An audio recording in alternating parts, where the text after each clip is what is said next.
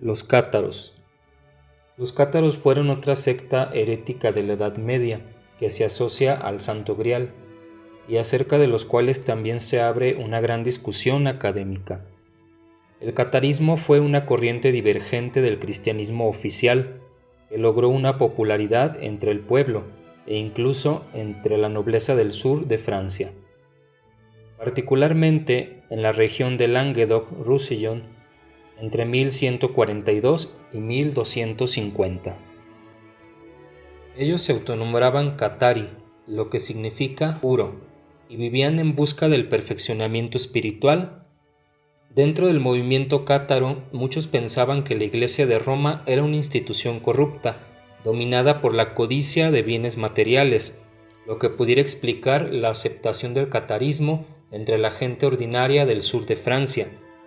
También fueron conocidos como albigenses, en referencia a la ciudad de Albi, donde se localizó un grupo importante de seguidores de este movimiento. Uno de los sentidos en que se manifestaba su divergencia respecto del catolicismo era en su rechazo de la jerarquía eclesiástica y de la tesis oficial de que Dios solo escucha a los que le hablan a través de los clérigos. Los cátaros proponían un desarrollo directo, individual y de acercamiento a Dios por medio de la conciencia espiritual. Sin embargo, ellos tenían líderes religiosos conocidos como prefecti o perfectos, quienes actuaban como consejeros espirituales, pero comparados con los sacerdotes católicos, su conducción era mucho menos ceremonial. Los cátaros no tenían centros religiosos o iglesias para sus reuniones, pues éstas se realizaban en campo abierto, lugares públicos y ocasionalmente en las casas de los fieles. Se piensa que el catarismo deviene de las tradiciones gnósticas, en las que se maneja el concepto de que es posible en vida la unión espiritual con Dios. La gnosis es el término griego que indica un conocimiento interior. Esta fue una tradición del cristianismo primitivo que ponía un énfasis especial en la responsabilidad individual en el proceso de desarrollo espiritual y el despertar de la conciencia, lo que contrastaba grandemente con la ideología oficial de la Iglesia de Roma y especialmente representaba una amenaza contra su poder.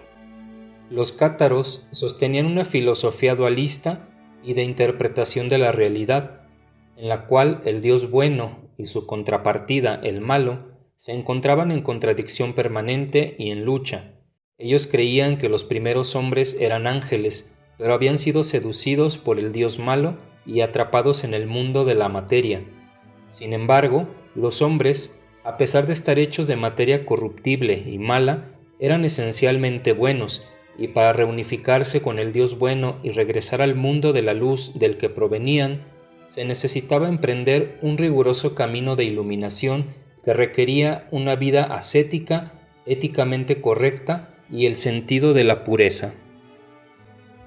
Los cátaros, como los gnósticos, también creían que Dios tenía un aspecto femenino, por lo que una mujer podía aspirar a ejercer cualquier forma de liderazgo religioso o ser perfecta.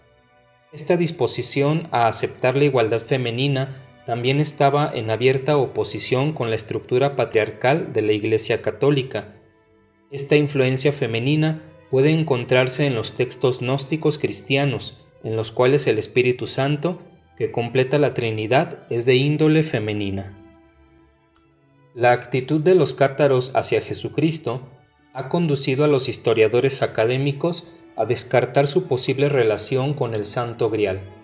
Aunque ellos reconocían y adoraban a Cristo como una figura sagrada, no creían que la humanidad había sido redimida del pecado por el martirio de la cruz. Ellos ponían el énfasis en el mensaje de Cristo y en su actitud amorosa. Su muerte en la cruz no era más que una corroboración de la maldad del mundo. Los cátaros creían que Cristo había sido un mensajero del Dios bueno, pero no tomaban en cuenta su nacimiento virginal. Además, sostenían que la resurrección era un hecho simbólico y que aludía a lo que debe ocurrir en vida, es decir, el despertar a una nueva vida en la conciencia de Dios. Sin embargo, Como mensajero del amor, Cristo era una figura sagrada para los cátaros, y los asuntos relacionados con su vida, como el grial, seguramente también tenían un valor sacramental. En muchos sentidos, las creencias de los cátaros reflejaban los valores de los caballeros del grial: la vida en pureza y espiritualidad, la aventura en la búsqueda de una realización individual en vida, que se concibe como una mística comunión con Dios. Todo ello se percibe como paralelo a los principios cátaros. Se ha dicho que el concepto del amor cortesano y la búsqueda del grial son de hecho veladas referencias a la fe de los cátaros. Como hemos visto, Chrétien de Troyes estaba muy ligado a las cortes de Leonor de Aquitania y de Marie de Champagne, que eran mujeres poderosas de gran influencia y que además pertenecían a la nobleza del sur de Francia. Como señalan algunos académicos, los ideales de estas mujeres se reflejan en la obra de Chrétien, quien de hecho escribió para ellas. Se piensa de la misma manera respecto de los trovadores que desarrollaron poéticamente el tema del amor cortés, en el que el triángulo amoroso posee un simbolismo propio. El marido celoso representa al clérigo, cuyo objeto de devoción es la dama iglesia, que se identifica con el aspecto femenino de la divinidad. En respuesta a la gran difusión de la ideología de los cátaros y a su abierta posición herética, el Papa Inocencio III fue responsable de llamar a la primera de las cruzadas en contra de otro grupo cristiano. La cruzada albigense, como se le llamó, fue el recurso externo de Inocencio, después de sus intentos de presión sobre la propia nobleza del sur de Francia, para que fueran ellos los que reprimieran el movimiento.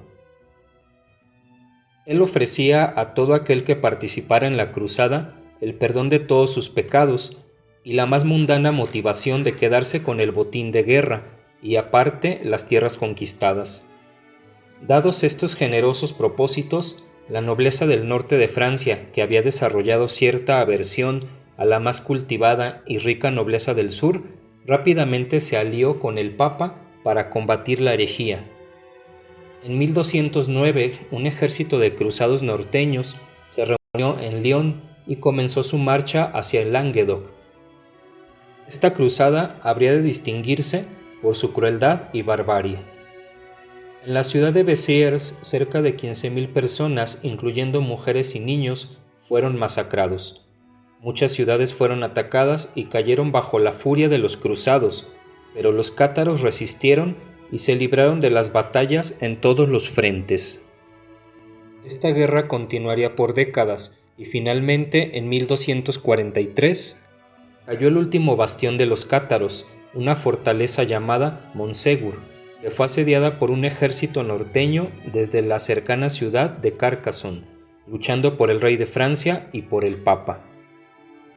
Montségur era una formidable fortaleza construida en un escarpado pico de un monte de la cordillera de los Pirineos.